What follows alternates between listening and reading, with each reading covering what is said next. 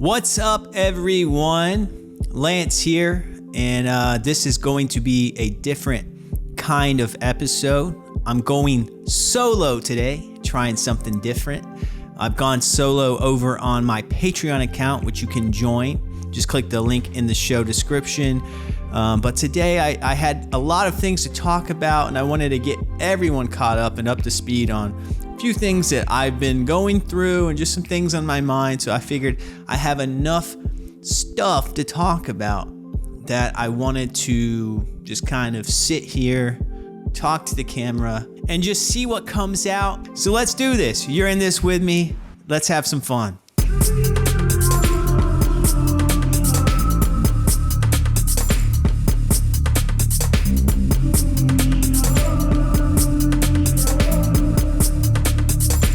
And the very first thing I'm going to say today is I want to congratulate myself for hitting the 2-year marker of this podcast. It's pretty impressive. Good job, Lance.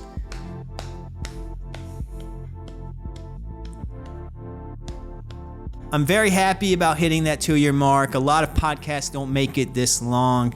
You know, a lot of people start a podcast and then they lose steam. And I get it. I totally get why podcasts lose steam, because it's a lot of work. But luckily, your boy loves doing this, and I don't see myself stopping anytime soon. I feel like I'm just getting started. So thank you for supporting me and listening to my podcast. It means a lot. Let's keep this thing growing. And I don't want to pester you too much in this episode because I have real things I want to talk about. But just remember, you can always help me and this podcast by leaving a review on whatever streaming platform you listen to. And if you're watching on YouTube, make sure that you have subscribed to the channel if you're on social media. And that's Twitter, Instagram, Facebook, TikTok. My handle is at @SeeThroughPod. Make sure to follow me on each platform. It goes a long way. You know, share it with a friend, send it around. Another thing to look out for, this is kind of a big thing, is I'm going to drop a limited edition t-shirt here soon to help celebrate hitting this 2-year mark. I'm working with some designers as we speak about that. It's going to be a cool, simple shirt that hopefully you'll buy. So keep a lookout for that. That's another way you will be able to support me. Another change that you may have noticed is my room. You know, this is, well, it's not my room. It's my wife and I's room. And thanks to her, it looks as good as it does. Thanks to her, I have plants. So get used to this background. You're going to be seeing it a lot more in my vlogs and other videos, and maybe even episodes. I'm not sure. Speaking of vlogs, if you haven't checked out my 2 vlogs that I have up on YouTube, you should do that. You know, I have my first vlog is where I go see my retina specialist here in New York City. And then the second vlog is about my mom visiting me here in New York City again. Again, my mom's legally blind, and this was her first time coming up to visit me. So that vlog's about what we did going around the city.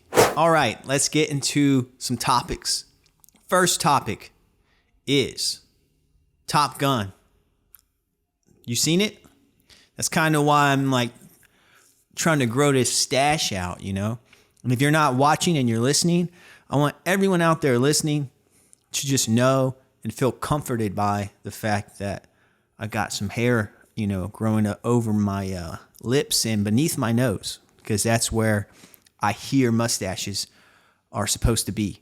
But I'm trying to get that, you know, that Top Gun, you know, alpha male kind of look going. You know what I mean? That Miles Teller, you know, energy going for me. What do you think?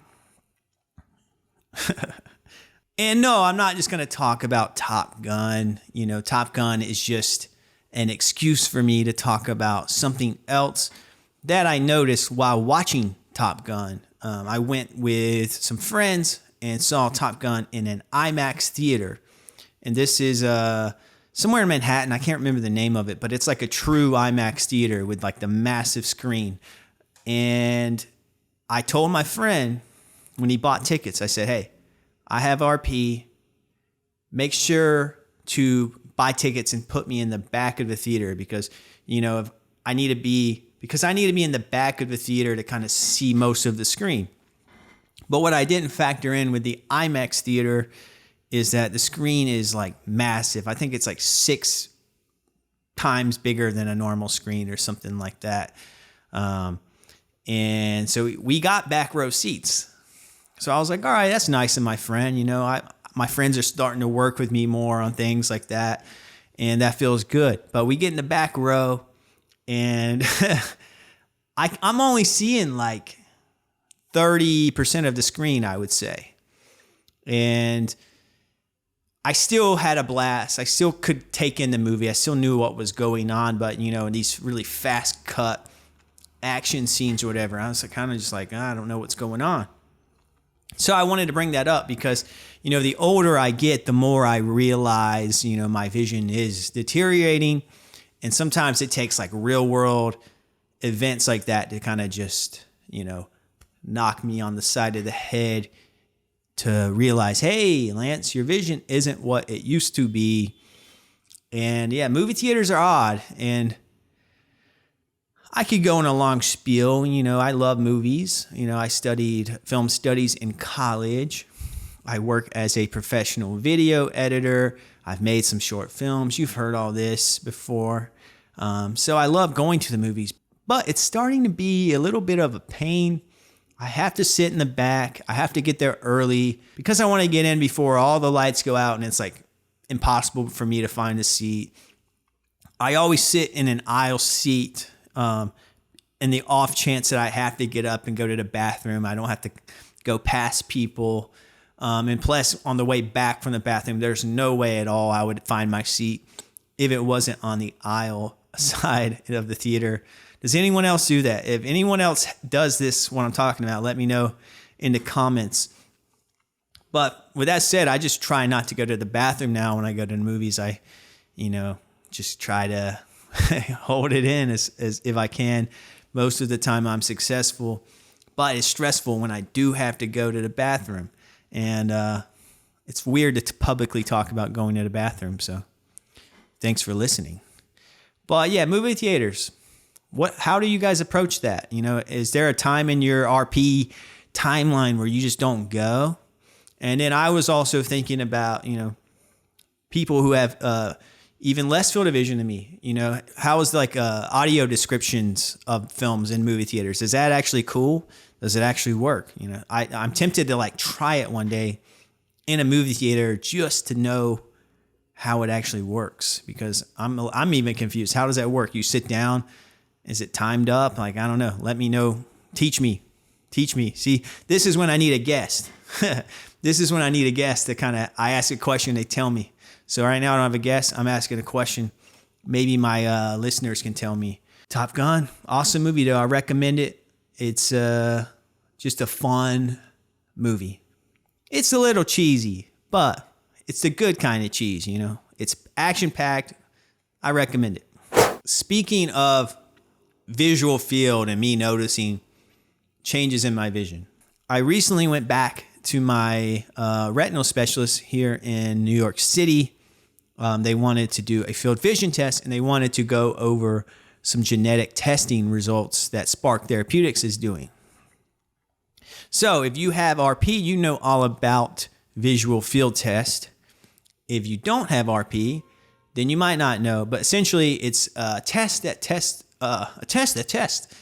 what your field of vision is. So I did that test, and I recorded myself talking about the test right after I got home from the eye doctor. So I'm going to play you what I felt after that appointment that day. I want to talk about field of vision. Like it had been years since I've had a visual field test. I don't know my exact, visual acuity or my field of vision, how many degrees I have left and all that. Which, as someone running this podcast and talking about vision loss as much as I do, I wanted to know for myself, and also I wanted everyone listening to know, what my visual field is, because I think it will help people have insight into my perspective and how I see the world. So I scheduled an appointment to get a visual field. I did one today. For those of you who have no clue what a visual field test is, this is what it is. Basically, I put my chin on something, kind of your standard if you've been to the eye doctor to get your prescription.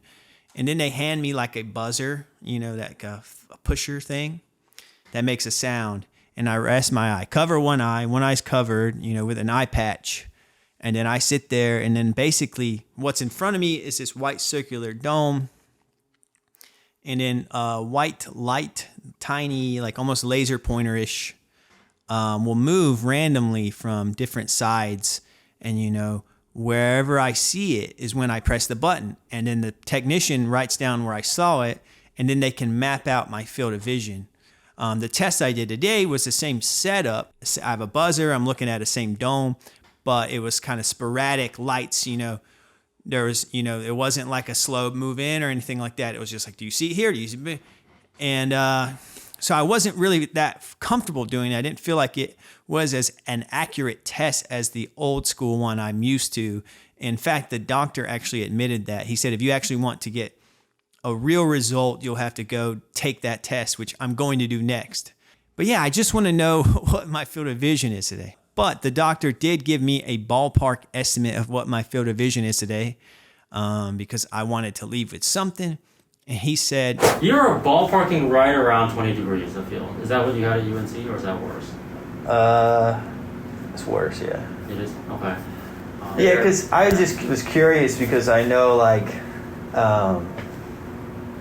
20 degrees or less is considered legally blind. Yeah. And I just wanted to ballpark because I know other people, friends with other people with RP, and they'll be like, "What's your," and I just don't have a number to tell them. So I just kind of wanted a number to tell them. Yeah. You know what I mean? I would say today's not like the most definitive test, but ballparking, you are kind of right around that 20 degrees. Right around 20. Yeah, I mean you might be a little bit over if we could test you with the Goldman test. Yeah. And it might be a little bit more accurate. But I think you're kind of right around that. Right around that. You 20. Actually did a pretty good job today.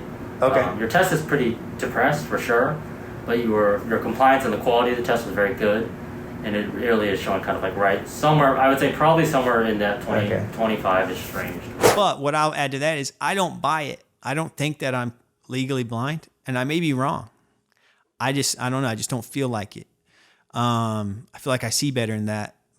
I see more than 20 degrees of vision. In my mind, the test was flawed. So only way to find out is I got to take a traditional field vision test, and then I'll report back to see if the results are different. So yeah, that explains that. And I showed some footage in there too. So hopefully you got a picture of kind of what I have to go through to kind of figure out what my field of vision is. I'm in the process of finding out where I can do an older test that I'm used to doing to see if I can get as accurate as possible, just test on what my field of vision is. Like, it's kind of frustrating, to be honest with you, to not know what it is and to be told, hey, you might be right on that edge of legal blindness. But part of me, just like I said, on the day of the test, I just don't feel like I'm there. But maybe it's denial. I don't know. Does anyone have any thoughts on this? Let me know what you think about that. Moving on to another experience that I recently did that kind of made me think of my vision is I went to a place here in my neighborhood. I live in a neighborhood called Greenpoint in Brooklyn, New York.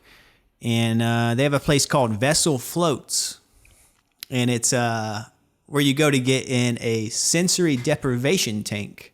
For those of you who don't know what a sensory deprivation tank is, essentially it's a room you get in. It's a tiny room that has about a foot of heavily salted water in it. It's so salty that you just float very easily, kind of like how the Dead Sea is described. I don't even know if that's true, but that's what I remember learning in school.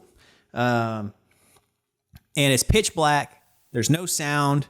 They give you earplugs, and you kind of just float in water for a full hour, pitch black.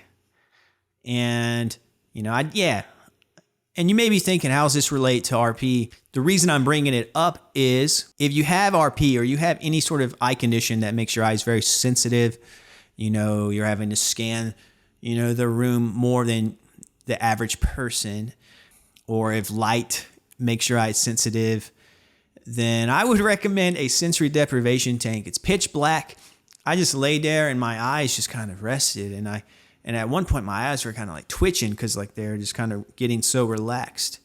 And it was like an hour of just rest for my eyes. And as someone who's constantly staring at my computer, constantly on my phone, constantly if I go outside, I need a hat, I need sunglasses. So just having that pitch black kind of experience was very relaxing.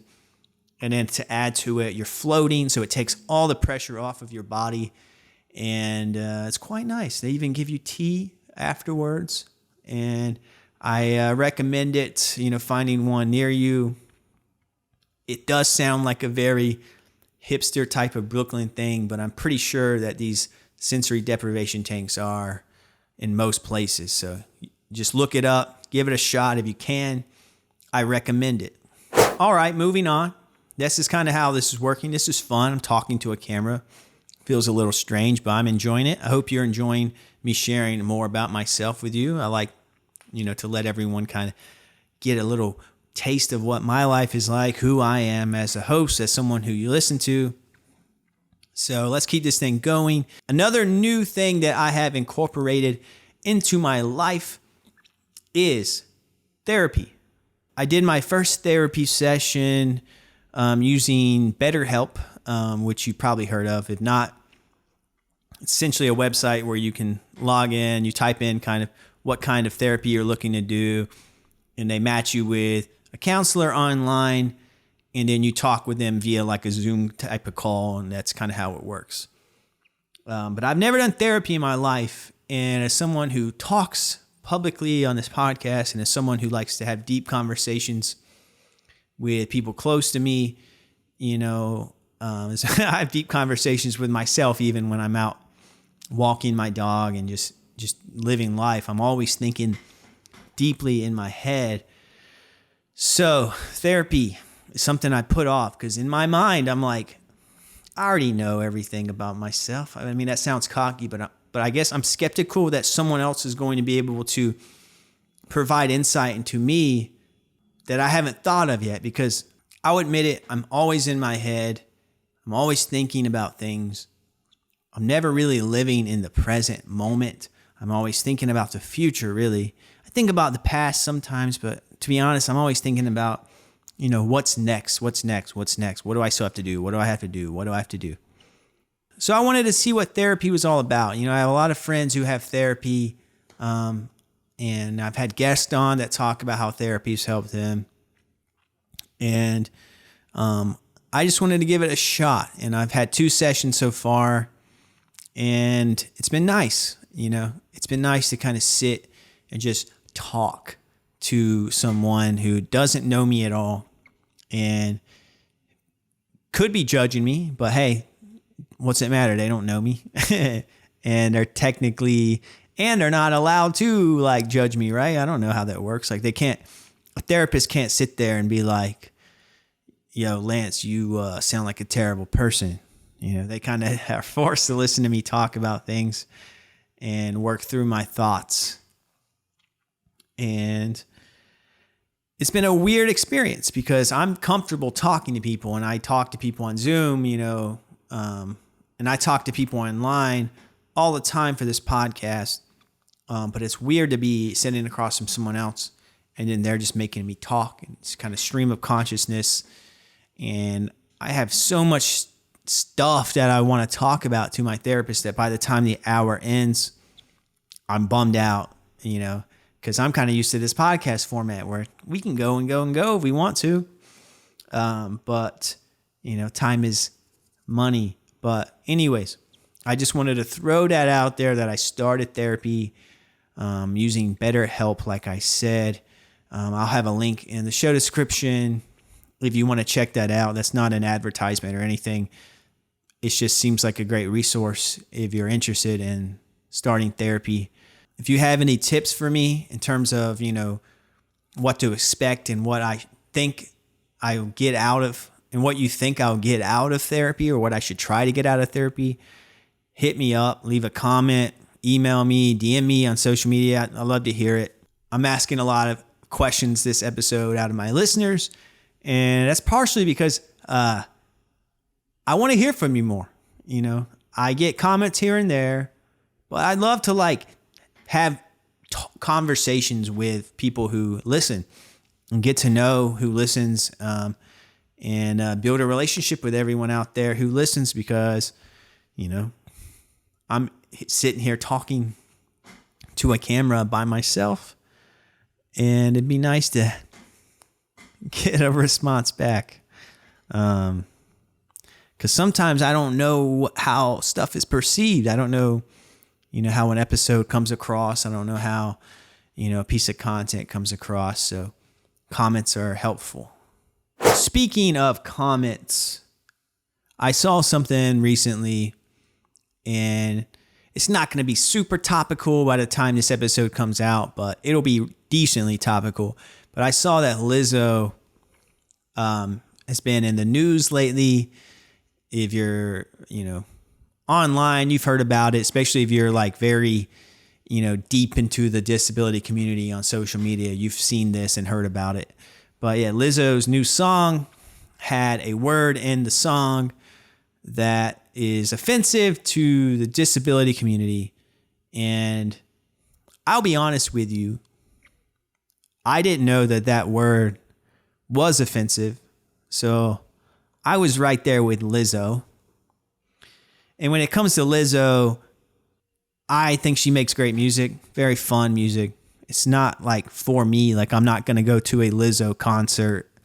But if I'm in a pharmacy and a Lizzo song's on, I'm moving a little bit. I'm buying candy, feeling happy with Lizzo playing. So I have no problems with Lizzo. But yeah, the song she put out had a word in it that was offensive. I'm not going to say it just because it's an easy thing to Google if you want to figure out for yourself. But it's a word that some people knew it was offensive, and most people, in my opinion, and that's kind of what I want to talk about, most people didn't know it was offensive, and were surprised by the backlash it received. And I want to talk about that because as someone with a disability podcast and talks to so many people with disabilities, I'm on social media, networking with so many people in the disability community. When something like this happens, I like to think I could have predicted this, or I know all the offensive words that are out there. And I guess I don't, so it's kind of eye-opening to me. Still so much for me to learn, but also at the same time, it's let's say you're making a word bank of words that are offensive and you can't say them. I feel in 20 years, we're going to be, not talking because every single word is going to be offensive. And I'm not trying to be one of those people who's just cancel culture, you can't say anything. I'm not being like that. But I guess what I'm a little bit frustrated by is people in the disability community, were genuinely pissed at Lizzo as if she did it intentionally. She just didn't know. Most people don't know. And that's part of the reason why I have a podcast. It's I'm trying to bridge the gap. I'm trying to get people without disabilities to listen and learn. And yeah, that's a part of it. Society has to learn. We all have to learn, even people in the community. So to expect, just because she's Lizzo, just because she has a massive audience, to expect her to know everything is kind of ridiculous and absurd. And there are some tweets out there that were addressed to her that were saying do better and things like that. And it's just come on. You really think Lizzo was trying to be offensive? Do you think Lizzo knew that word was offensive? And then Lizzo apologized And basically, she didn't know, saying she didn't know. So it's like, yeah, she just didn't know. And that's fine. A lot of people don't know a lot about the disability community. And I guess what I take issue is this kind of sitting on your high horse and being like, well, I know about this and everyone else should be educated on this. Why? Why would someone like Lizzo know that word is offensive? Why would someone who doesn't have a disability want to learn about disabilities?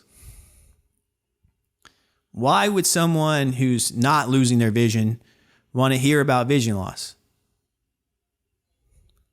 And that's part of the problem. That's kind of why it's hard to bridge that gap that I'm trying to do, is because most people don't get interested in the disability community or disability world until they have a disability. And think about you, like if you're in this disability community and you're in deep and let's say you're into the activism part of it all and all that. If you didn't have a disability, would you care?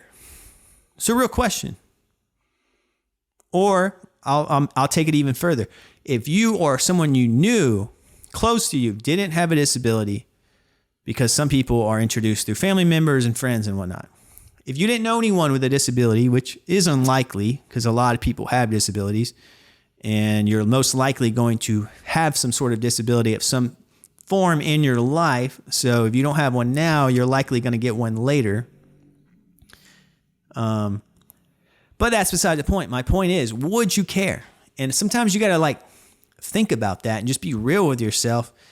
And a lot of people are out here talking and acting like, they're just know all this stuff and it's common knowledge. It's not common knowledge. And when you teach someone like Lizzo, she listened, changed a word in the song, that's a lot of work. Instead of saying do better and kind of being passive aggressive, how about we say, hey, Lizzo, this word's offensive. You didn't know it.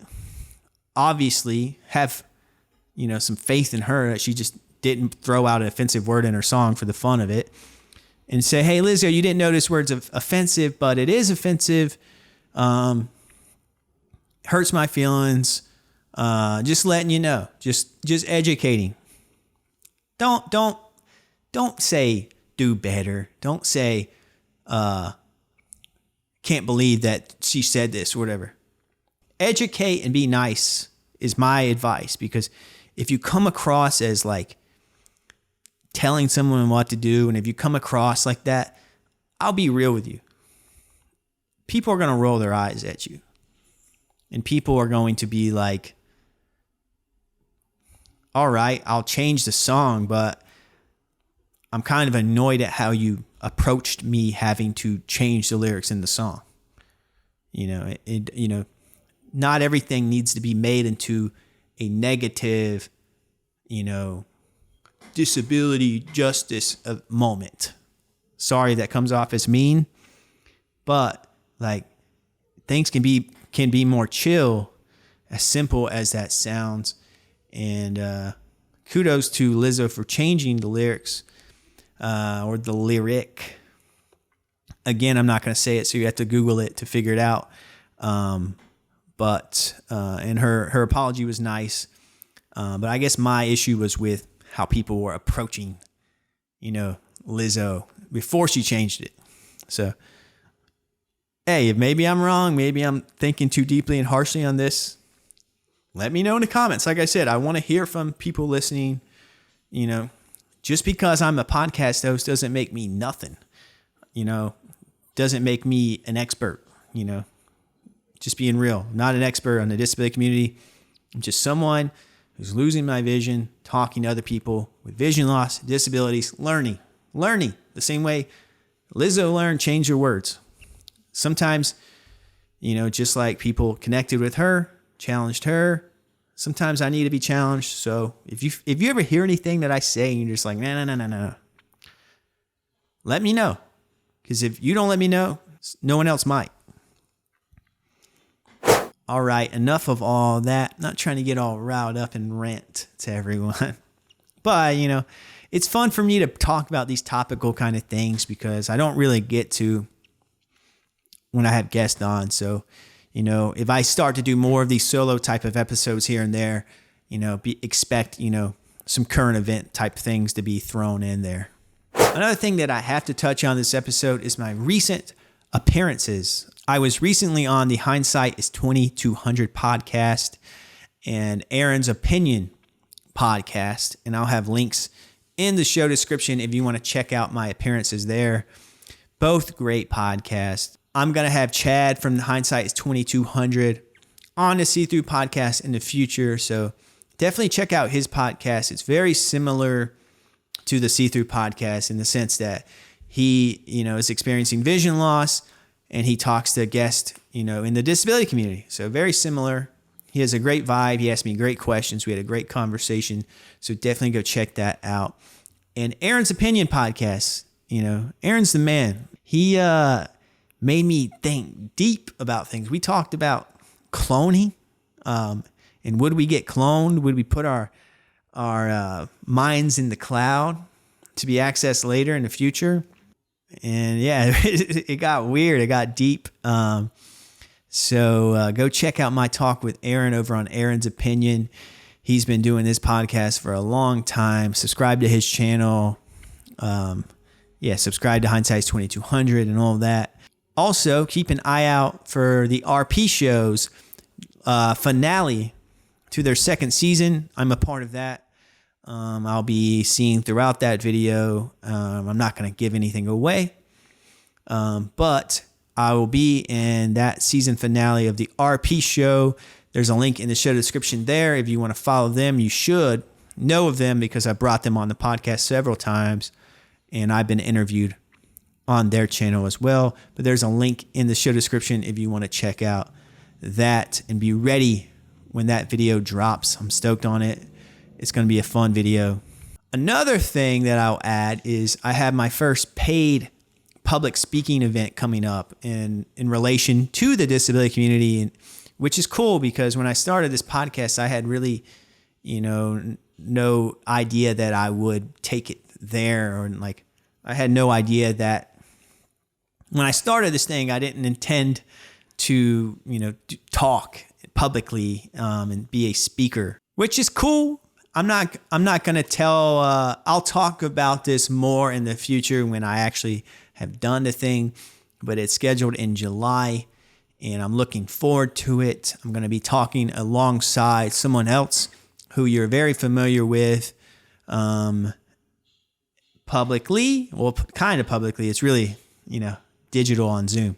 Well, I guess my point is if you need a public speaker, if you want to hire, if you're looking to hire someone to talk at an event in relation to the disability community or vision loss, hey, you could consider me. I guess I'm in that business now, so we'll see how it goes. And now that I've advertised my recent podcast appearances, I want to give you a chance to appear on the See-Through podcast. I want to introduce a new section into my episodes where people who listen can send me a video asking a question. I'll play the video during the episode, and whoever I'm interviewing, me and that person, will answer your questions, and it will be a part of the episode. So to give you an example, let's throw a question up here right now. Hey Lance, this is Ruby, your dog. I've never told you this, but I'm a big fan of your podcast. And I think adding this listener question segment is a great idea. I hope a lot of people send you questions. Where's my treat? You said I'd get one if I called in. But anyways, if there are any single dogs out there, I'm fixed. But yeah, that's how the format will work. So yeah, any question you have, could be anything, literally any question within reason. Try to make it about your disability, or vision loss or something you're experiencing, or if you have a question for me about anything, just send in a video, iPhone it, selfie it, send it in. You can email it to me. at the seethroughpodcast@gmail.com. But to make it easy for you, I will have a link in the show description with a Google Drive folder where you can submit these videos. I'm not sure if that's going to be the format moving forward, but that's how I'll start for now, is with this Google Drive folder. But yeah, I'd love to hear from you. Again, I'm saying it over and over again. I want to hear from you. So let's get some audience questions thrown into these episodes. I think it'll help. I think it'll help spice up the episodes more, and I think it'll be fun for me and whoever I'm interviewing to kind of engage in some questions like that. So help me have fun. Send in some questions. But I think I'm going to start wrapping this episode up. I got you caught up on what I've been up to. I've talked about a few topical things. It's been fun. I hope this solo episode wasn't a letdown. I hope you're not like, man, I wish Lance had a guest. I hope this was actual fun, kind of fresh episode, because I might be doing these more. We'll see. I guess we'll see how well this episode does. With that said, keep an eye out for that limited edition t-shirt I'm going to be dropping soon to help celebrate the 2-year anniversary of the See Through Podcast. And if you don't want to buy a shirt and you don't want to sign up and join my Patreon, which, by the way, you can sign up for now, it's $5 a month. Patreon.com. It gets you exclusive clips and bonus episodes that you can only get on Patreon. And you can join the See Through Few community there.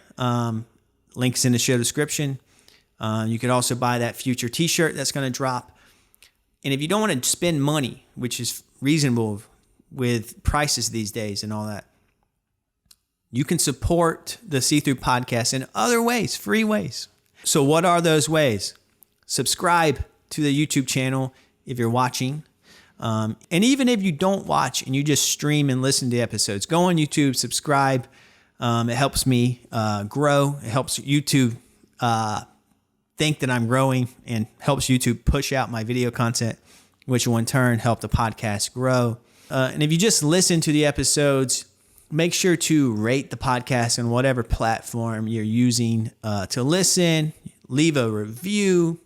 I've gotten a few really great reviews over on Apple Podcasts, and it's always fun to go over and check that and see a new comment up there, and to kind of realize that people are enjoying what I'm doing with this podcast. It helps keep me going. It helps keep me energized. It helps keep me charged up to keep putting episodes out there. And like I said, I want to hear from you if you listen. So leave a review, leave a comment, send me a message, send me an email, join the Patreon, let me know that you listen. Let me know that you're a fan. I'd love to hear from you. And I'll be back in 2 weeks with an interview. And I have some really great guests coming on in the future. So get excited. I'm excited for where this podcast is going. And once again, thanks for listening. And thanks for listening to me talk solo into a camera. And let me know if you like the facial hair here. But that wraps it up. I don't have anything else to say, which is a lie. I have a lot more to say, but I know you are a busy person. Whoever is listening, I know you're busy. I know you have things to do. So I don't want to take up too much more of your time. So I'm going to call it. So until next episode, stay transparent, everyone.